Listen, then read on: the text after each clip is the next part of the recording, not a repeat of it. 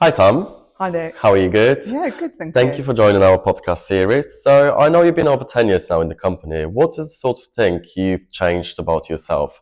And what do you think is still the same for these past 10 years? Oh gosh, well, I'm obviously a lot older than when I first started. I don't know, I think I've grown in confidence a lot, Yeah.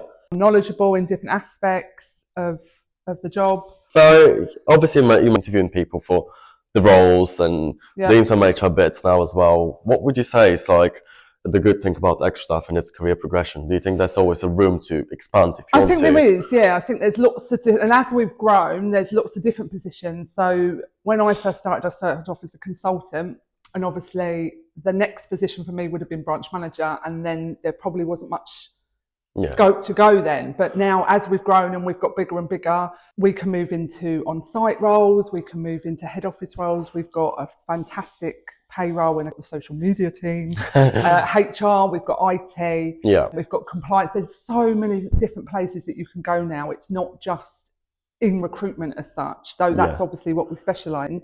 The scope to progress into different roles within it, and that's probably why I've been here so long. That's my next question as well. Is not many people stay years in in a company and even more. What is the secret thing here? Like, I think personally with myself is that once I'm in a position and I feel that I've mastered it, there is always that to go on to. We're quite an open, honest company, and if I speak to Dean, who's our ops director, if I speak to Tim and said, you know, I'm looking at that next step, where to go. And so I've gone from consultant to manager to customer service to internal recruitment and using different skills and learning different skills. That's the one thing is that I like to be learning something new all the time. I agree. Do you think you've ever made mistakes as well? And have you thought like you've learned from loads of mistakes there? I bet. But do you think like, do you think like there's something that made you think like, wow, like, okay, that's my lesson. I need to change that and then help you get where you are. I don't know what to say without incriminating myself. No. We've all made mistakes, and that's how you learn, isn't it? There's no point. No one's perfect, so everyone makes mistakes, and I've made mistakes from consultant where I've not filled a booking, I've forgotten, from that to being a manager and managing someone not quite the right way, and you kind of learn that way, and obviously now work in HR, and I've got to be pretty spot on, but I'm still in that learning stage for months, and if you don't make a mistake, you're not human. Yes, I agree. How do you think then the job market and the whole industry has changed since you first started? Because you've been in recruitment for a while, with other companies before, and do you think like there's obviously nowadays like equal rights and all that kind of stuff, but do you think like how has it changed, you know? It's changed a lot, and it's kind of like peaks and troughs really. So when I first started, recruitment was quite difficult, as in the sales side of things, but it was probably easier on the compliance side of things. And then obviously to a little easier, as in getting clients on, and so then had to be more compliant. Probably harder now in regards to the compliance side of things. I would say probably it's harder, but it's easier now with the IT and stuff. Things are more like, you know, you can't like with modern slavery and that sort of things, because then it's like, you know, at least, you know, these hard bits are spot on, you know. Also with extra staff, because we've got sort of ethos, our own IT system, it makes it easier, that compliance side of things. So what would you say back to young Sam? You know, I'm not saying you're not young now. Nick, back to when you started, what would you say if you could say something now? Like, what would you say? Bear in mind, like, she's just started in extra stuff and she has no idea what she's going to do. And, you know, what would you say? What's that one piece of advice? I would say, just keep doing what you're doing, Sam. Keep doing what you're doing. Make the mistakes and learn from them. And that's it. That's what I would say. And obviously extra stuff, you know, we've progressed quite a lot. How would you say the company's changed? Do you think we still have the same values since we've started, or do you think we've gone more corporate? Because in my opinion, it's more family, but... No, it's still... So when I first started, we had our Christmas parties around a small dinner table in a restaurant. And obviously now they're in... venues. They're in big venues. I still think we do still have the family touch. I don't think we're corporate. I think the directors, the CEO a very open door policy. You can pretty much go and talk to them about anything, which is probably one of the main reasons I'm here, is that if I've got an issue, if I've got an idea, I know that I can talk to them on a level. I've worked for corporate companies before, and you'd be lucky to talk to someone in the directorship or on the board. And I think that we are still family, but they are still looking for ways to always make it a better place to work, whether that's benefits that we get, and whether that's even down to the logos, you know, our uniform and that sort of thing. You know, they're making it just making it more family, and everybody's included in that. It's not just people who work at head office, it's not just the management teams on it's down to the on-site people and things like that. Yeah, that's what my next question is follow up on that. As you say, open door policy, what would you say to somebody watching this and thinking, oh, they might be too big for me, or like, you know, some people watch big companies and think like, oh, that's too corporate for me, I actually want to, you know, have that sort of family touch. What would you say to somebody? I would say pop in or ring one of the branches. Go in and see them, see how they work, have a chat with them and see what they think. We're all really quite friendly. No, we might not look it sometimes, but we are really quite friendly. We are too friendly. Yeah, it's our job, and we are welcoming and stuff. So I would say, if you are thinking about working with us, is to pop into your local branch, pop into head office if you like, and speak to some of us here. Someone's always got time to talk to someone, because that's pretty much all we do all day, is talk to people. Yeah. And see what you think. See the feel of the people that you would be working with. Right? That's what I would say. How would you say then, you know, like obviously now we have younger and younger generations. How would you say back then Recruiter compared to nowadays Recruiter? Like, do you think there's changes between the two? Like, you know, if you compare, like, you know, when I was younger, is that what you're saying?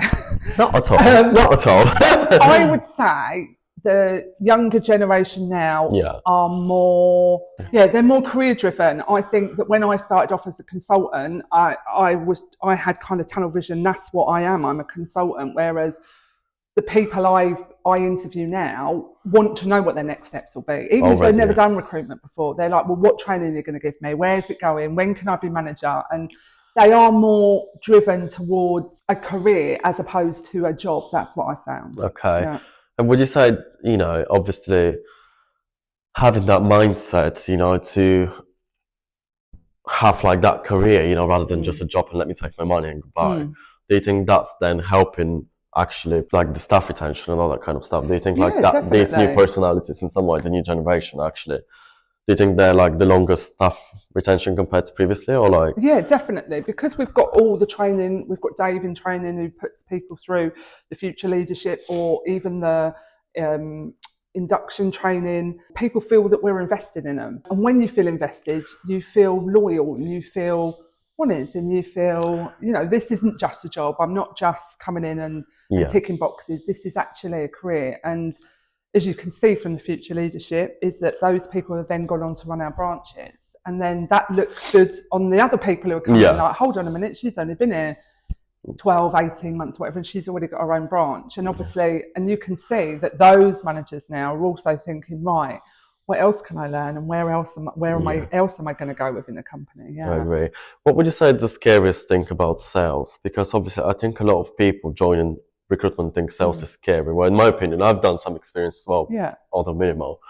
I love it. But then there's people that feel a bit scared, you know. What is the scariest thing? So it is hard to pick up the phone. It's hard to pick up the phone on a Monday morning when you've had a hangover, or whether you've had a row with the other half at home and you've got to come in and you've got to do that smiley face and stuff. I don't find it hard either, but a lot of people take rejection. No one likes rejection. I don't like rejection. I'm sure you don't. And so to pick up the phone or to knock on the door of the warehouse and someone to say, get lost, go away, or whatever they say, or I haven't got time for you, because that's what you do get. You kind of got to go, whatever. And then I would put, call him back tomorrow.